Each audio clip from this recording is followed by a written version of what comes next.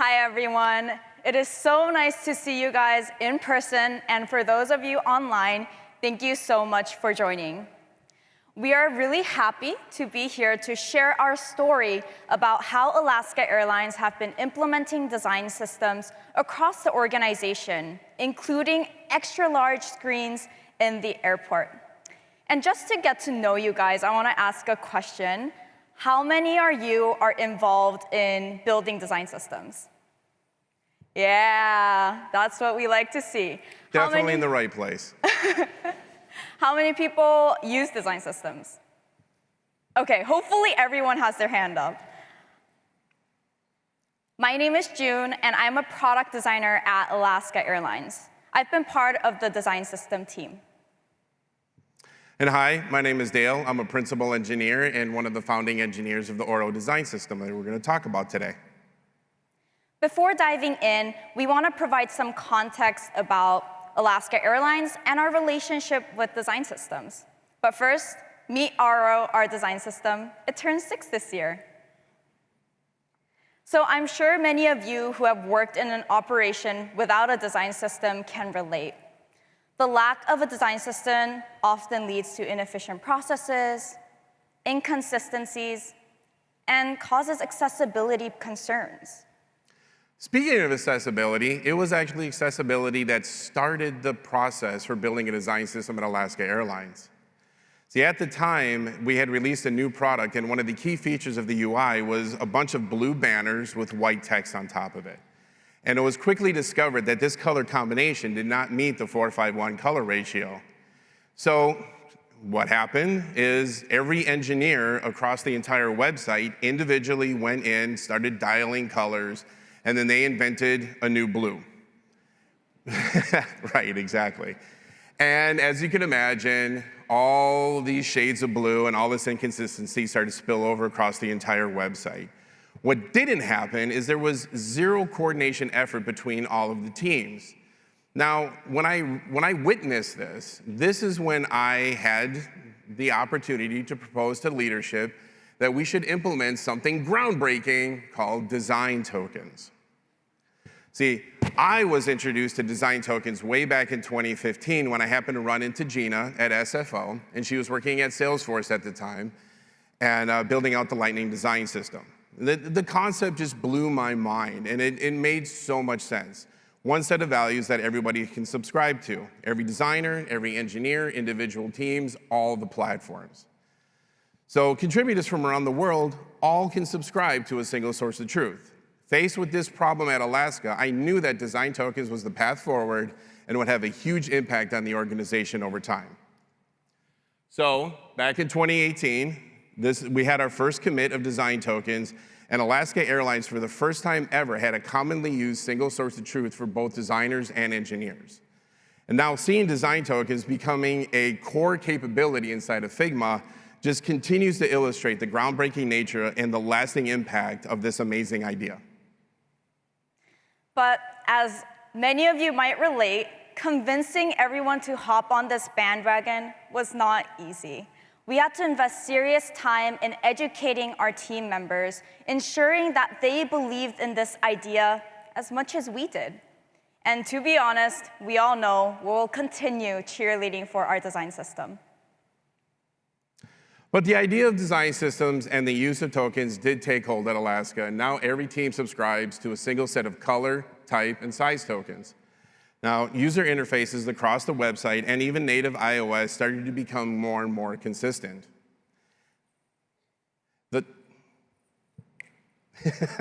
Whoops. Each of these brand new UIs are managed by several different teams across the entire organization. Now, you could imagine that there was a single design leader and then an individual that oversaw all of the new UIs and the execution of these designs, but that is actually not the truth. The consistency that you're starting to see across all of our properties with Alaska Air is truly because of the discipline of the design system and the use of design tokens. So achieving this consistency, fast forwarding feels like it happened overnight, but it actually took a few years to get there. And today, designers can now easily update colors and other values and for key interactions seamlessly. And the development teams no longer need to manually update individual CSS or port ideas across their different experiences. Teams simply just need to update their reference to the design system and ship the changes. When it works, it's magic. Today, Auro works across the entire organization, including our product teams, our marketing team, as well as our internal systems team.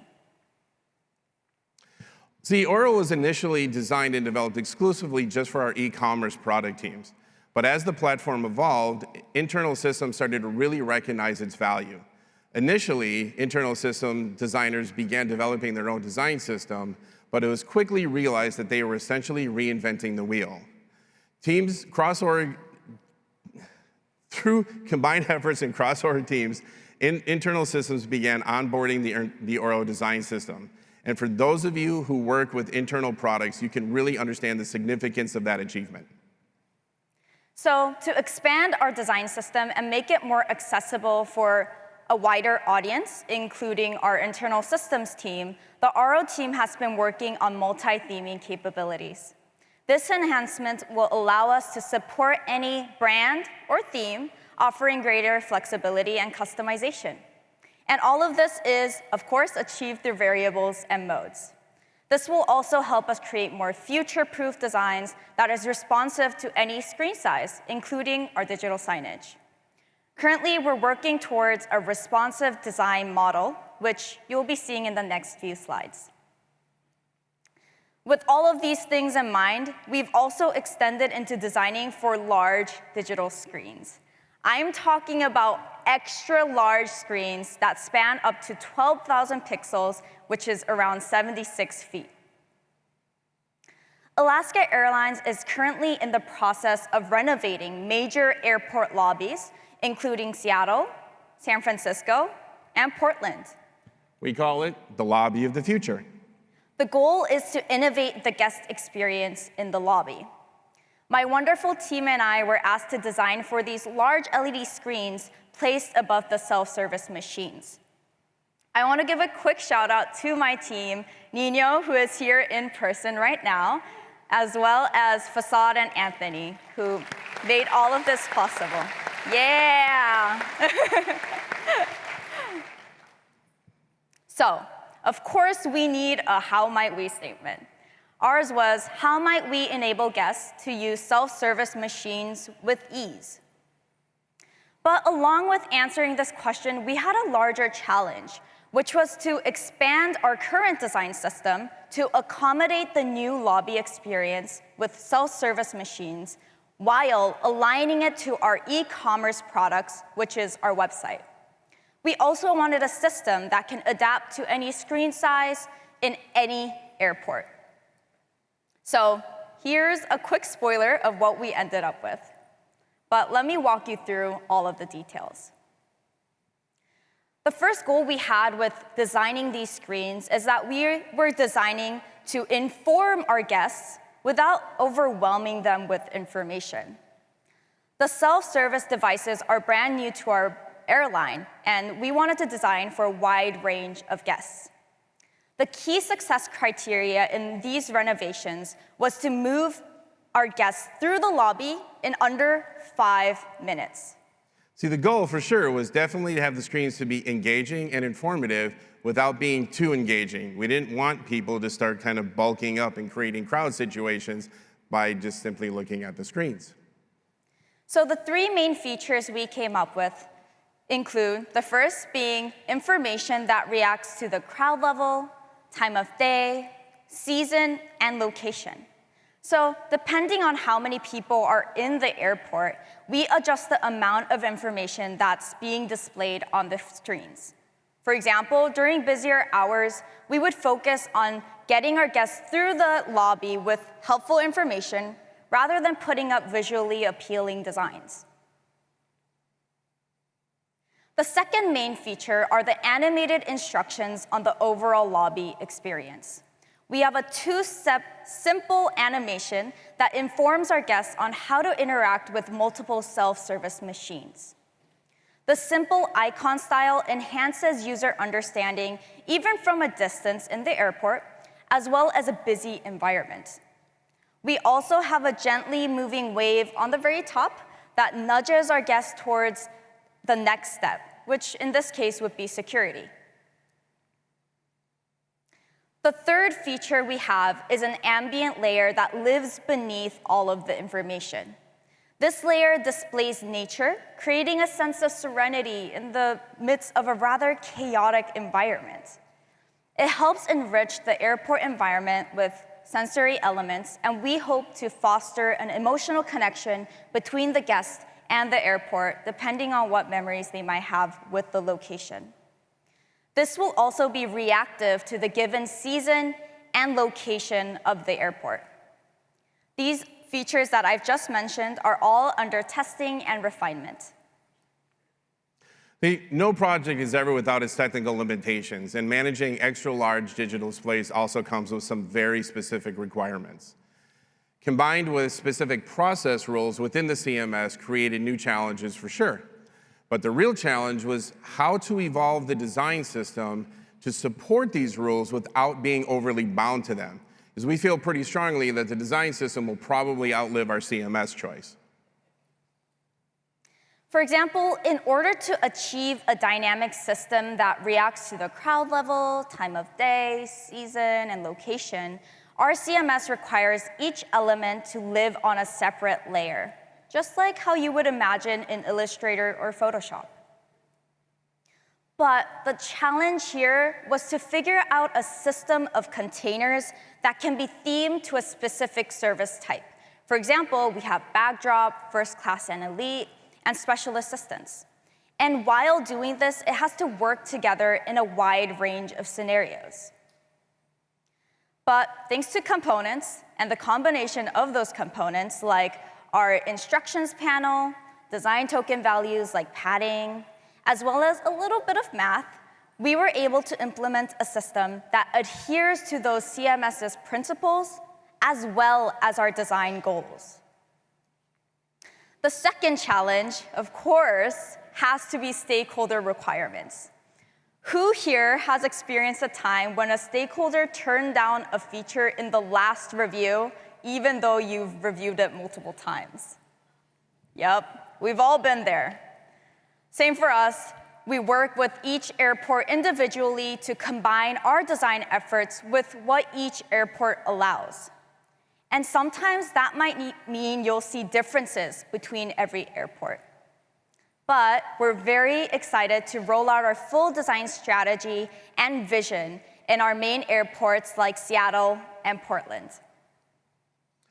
So a definite challenge is designing for the future. We've all tried to do it, and we know the difficulties involved with it. There are too many unknowns, and it's just simply impossible. But using the principles of a design system, we can easily plant the seeds in order to grow the future that we want for the system of tomorrow. The ambiguity and future screen requirement specifications means that we need to create that system that will adapt to future unknowns. The integration of variables and components has greatly enhanced our communication with engineering teams. Design systems, when applied within Figma, establish similar operational frameworks as those found in engineering, which is what I love about Figma. I've been in design and development for close to 2 decades, and I've seen it all. And you go back to the early days where teams used things like Photoshop and Quark Express, to help bridge the gap between what designers dreamed up and what engineers could actually deliver. And that gap, as we know, is pretty large. Incompatible concepts, something as simple as leading, which was very popular in type layout programs, had to be converted to things like line height and CSS by individual developers. The handoff from design to engineer just took too much work. The tools at the time made it really difficult for designers to fully embrace the flexibility of the web, and developers had to put a lot of additional effort to building out their designs. Multiple design reviews, side by side with teams, and people had to go through the dreaded pixel push review. Dealing with responsive designs has simply added more complexity to an already difficult situation. The primitive design tools also left a lot of undesigned space that developers had to fill in themselves. But fast forward to today, Figma has fully adopted responsive constraints, design tokens, and then the new dev mode. These features have made it amazingly easy for designers to see their designs in whole new ways before engineers even get involved in development. This provides crucial time-saving opportunities for every team and reduces the back and forth update requests and eliminates the pixel-pushing review. UI media type development has matured greatly over the past 20 years as well, and this has introduced an infinite amount of user interactions and complexities that teams have to deal with. Simply giving an engineer a picture to reproduce adds to complexity and increases maintenance and development costs. See, if a picture, as they say, is worth 1,000 words, a development comp is worth 10,000 different front-end solutions. So, specifically, working with extra-large displays brings a whole new set of challenges to Alaska that our design and development teams have just simply never encountered. So one such constraint is power and performance. While the concept seems simple, it's just developing for a big screen. What we found out quickly is the amount of energy and processing power required for these digital displays is significant, and the design system needed to conform to these individual constraints. Because we are working in a completely different digital environment, going from personal devices like your phone all the way to these large digital screens, we needed to change our strategy on developing assets. At first, I wasn't really sure how we were going to develop LED screen assets in Figma. But because of all of the design system tooling in Figma, like components, variables, you know it, we were able to build basic frameworks that can easily be translated into appropriate formatting. In our case, that's After Effects. Great design weight was lifted off our shoulders, and we will continue building around this system during production for all the other airports. Dev handoff also was much easier. Design systems, as we all know, with common tools like tokens, reusable components, and a shared taxonomy of things, makes communications between designers and engineers almost seamless. And the barrier between these two disciplines is getting smaller and smaller every time. Gone are those days when designers would complete a full-page design and provide overly detailed specifications for type, color, and spacing. Today, we communicate using conventions, common conventions, like design tokens and things that refer to larger reusable chunks of the UIs. Designers no longer need to reinvent a button or provide detailed style specifications to the developers. They can simply reference it in their design and say, use the Auro button. Design systems for all media types expedite the development process and significantly reduce maintenance costs over time. Applying all of these ideas to our digital signage project lets us unlock the magic of making changes in screens in airports nationwide. Imagine making bulk design changes across the entire state with just a click in Figma. Principles of design systems that are evident in our website are easily translated into projects that might seem completely different, just like how we went from our website all the way to these screens. I've always loved design systems, but this project really opens my eyes to how design systems empower designers. Design systems are not a way to bind a creative mind, but it makes space for creativity by finding opportunities to systemize and standardize experiences. I also see it as a bridge between designers and engineers to work more collaboratively and efficiently, and also as a midpoint between the two groups of people that are often faced with a wall of very different ways of thinking. I hope this all inspires you to challenge yourself to create design systems for brand new spaces. I'm sure you'll have as much fun as we did. So we want to thank you all for joining, and if you're interested in connecting, please follow us on LinkedIn, and after our talk, feel free to come up and talk to us. Thank you very much.